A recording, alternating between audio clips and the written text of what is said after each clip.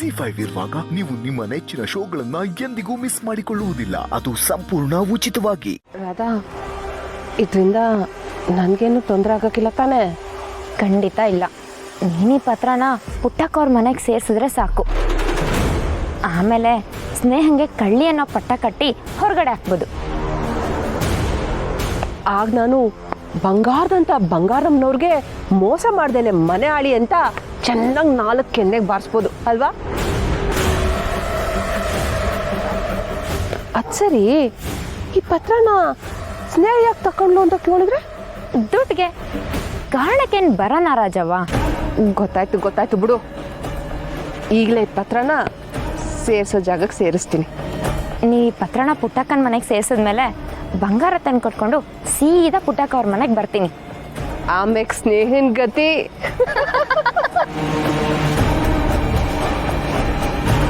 ನಿಮಗೋಸಿ ಹಾಲು ತಕ ಬರ್ತೀನಿ. ದಗೆ ಜಾಸ್ತಿ ಇದೆ, ಸರ್ಬತ್ ಮಾಡ್ಕೊಂಬ.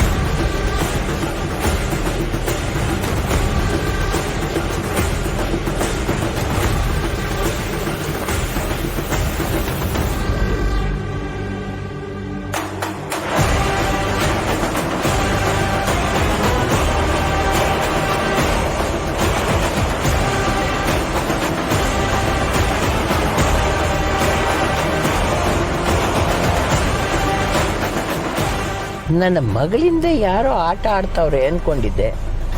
ಅದು ಇವರೇನಾ? ಮರದಾಗೆ ಒಂಟಿ ಹಣ್ಣ ನೋಡಿ ದಾರಿ ಹೋಗೋರೆಲ್ಲ ಕಣ್ಣು ಹಾಕೋ ಹಾಗೆ ಸ್ನೇಹನ ಮೇಲೆಲ್ಲ ಎತ್ತಾಕ್ತಿದ್ದೀರಾ? ಒಳ್ಳೆಯವ್ರಿಗೆ ಜೀವನಾಡಿ, ಕೆಟ್ಟವ್ರಿಗೆ ಚಡಿ ಚೌಡವ್ವ ಅನ್ನೋದನ್ನ ತೋರಿಸ್ತೀನಿ.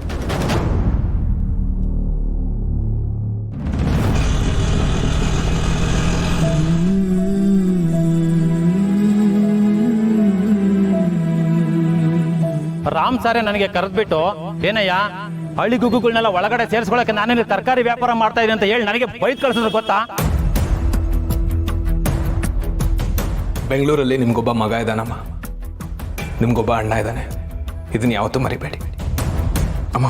ಇದು ನನ್ನ ಬಿಸ್ನೆಸ್ ಕಾರ್ಡ್. ಬೆಂಗಳೂರು ಬಂದಾಗ ನಮ್ಮ ಮನೆಗೆ ಬನ್ನಿ. ನಿಮಗೆ ಯಾವುದೇ ಸಮಯದಲ್ಲಿ ಯಾವುದೇ ಸಹಾಯ ಬೇಕು ಅಂದ್ರೂ ನನ್ನನ್ನು ಕೇಳಿ. I will be there.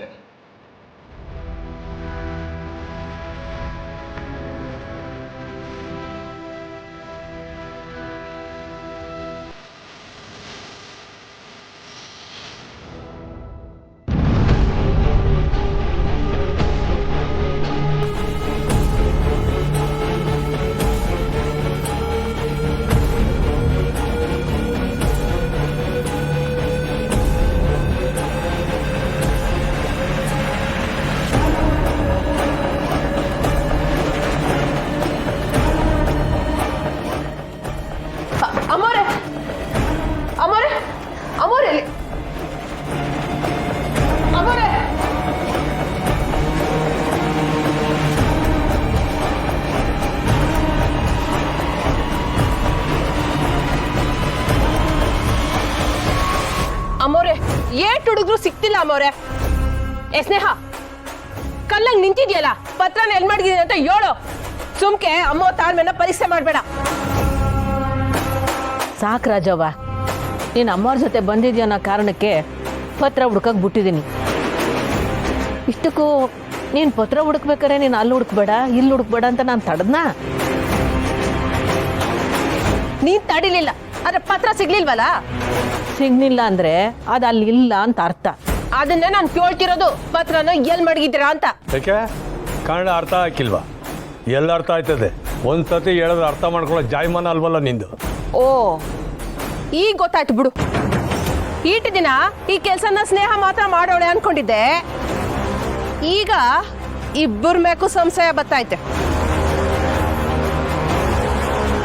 ನಾಲ್ಗೆ ಬಿಗಿಡ್ದು ಮಾತಾಡಿಲ್ಲ ಅಂದ್ರೆ ತಡಿ ನೋಡ್ರಾಜವ್ವ, ನಿಂಗೆ ಎಲ್ಲಿ ಬೇಕೋ ಅಲ್ಲೆಲ್ಲ ಹುಡುಕು.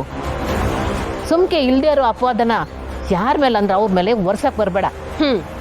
ನೀನು ಇವ್ರ ಕಡೆಗೆ ಸೇರ್ಕೊಂಡ್ಬಿಟ್ಟೆ ಅನ್ನು. ಅದೆಂಗ್ ಮನ್ಸ್ ಬತ್ತೈತೆ ಪುಟ್ಟಕ್ಕ ನಿನ್ಗೆ? ನಿನ್ ದೊಡ್ಡ ಮಗಳು ಮದ್ವೆಗೆ ವರದಕ್ಷಿಣೆ ಅಂತ 15 ಲಕ್ಷನ ಕಣ್ ಮುಚ್ಕೊಂಡ್ ಕೊಟ್ಟವ್ರೆ. ನಿನ್ ಕಷ್ಟಕ್ಕಾಗವ್ರೆ, ಜೊತೆಯಾಗಿ ಬಂದವ್ರೆ. ಬಂಗಾರಮ್ಮ ನಿನ್ನ ನಂಬ್ದಷ್ಟು ಬೇರೆ ಯಾರು ನಂಬ್ಲಿಲ್ಲ. ಇಂಥವ್ರಿಗೆ ಮೋಸ ಮಾಡಿದ್ರೆ ಅದ್ಯಾವ್ರ ಮಚ್ತಾನ? ಅದನ್ನ ನೀನ್ ಹೇಳೋ ಅವಶ್ಯಕತೆ ಇಲ್ಲ.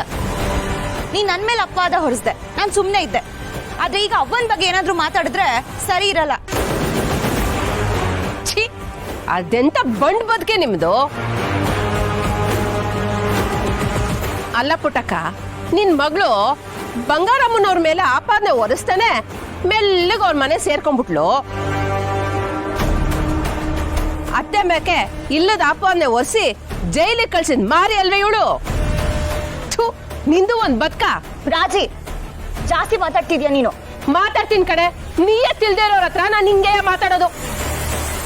ಹಿಂಗೆ ಮಾತು ಮುಂದುವರ್ಸಿದ್ರೆ ಕುತ್ತಿಗೆ ಹಿಡ್ದು ಆಚೆ ದಬ್ಬೇಕಾಯ್ತದೆ. ದಪ್ತ್ಯಾ ಎಲ್ಲ ಮುಟ್ಟು ನೋಡಮ್ಮ. ರಾಜವ್ವ, ಸುಮ್ಮನೆ ಯಾಕೆ ಈ ಥರ ಎಲ್ಲ ಜಗಳ ಆಡ್ತಿದ್ದೀರಾ?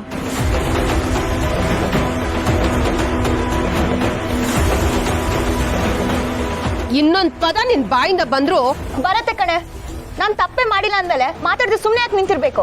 ಯಾಕೆಂದ್ರೆ ಅಮ್ಮವ್ರ ಆಸ್ತಿ ಪತ್ರನ ಕದ್ದಿರೋಳು ನೀನು, ಅದಕ್ಕೆ. ಸುಳ್ಳು, ನಾನು ಆ ಕೆಲಸ ಮಾಡಿಲ್ಲ. ಅಯ್ಯೋ, ಇನ್ನು ಏಟ್ ಸುಳ್ಳು ಹೇಳ್ತೀಯ? ಮರ್ಯಾದೆಗೆ ಪತ್ರನ ಎಲ್ ಮಡಗಿದ್ಯಾ ಅಂತ ಹೇಳ್ಬಿಡು. ಓಟ ಈಟ ದಿನ ನಡೆದಿರ್ಬಹುದು ರಾಜಿ, ಅದು ಇನ್ನು ಮುಂದೆ ನಡೆಯಕ್ಕಿಲ್ಲ. ಸ್ನೇಹನ್ ಮ್ಯಾಕೆ ಆಪಾದನೆ ಹೊರಿಸ್ಬೇಕು, ಪುಟ್ಟಕ್ಕಂಗೆ ಅವಮಾನ ಮಾಡ್ಬೇಕು ಅಂತಲೇ ಅಲ್ವೇ ನೀನ್ ಈಟೆಲ್ಲ ಮಾಡ್ತಾ ಇರೋದು?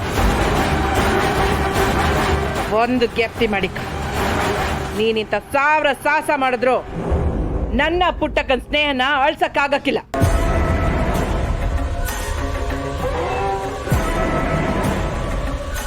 ಯಾರ ಮ್ಯಾಕ ಕೈ ಮಾಡಕ್ ಹೊಂಟಿದ್ದೆ ನೀನು? ಅದು ನನ್ನ ಮುಂದೆ. ಈಗೋಳು ಪುಟ್ಟಕ್ಕನ ಮಗಳ ಮಾತ್ರ ಅಲ್ಲ, ಈ ಬಂಗಾರಮ್ಮನ ಸೊಸೆ ಅನ್ನೋದು ಗೆತ್ತಿಗಿರ್ಲಿ.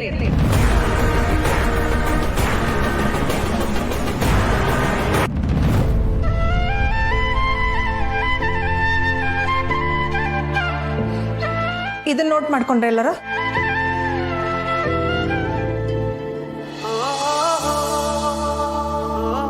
Ma'am, may I come in?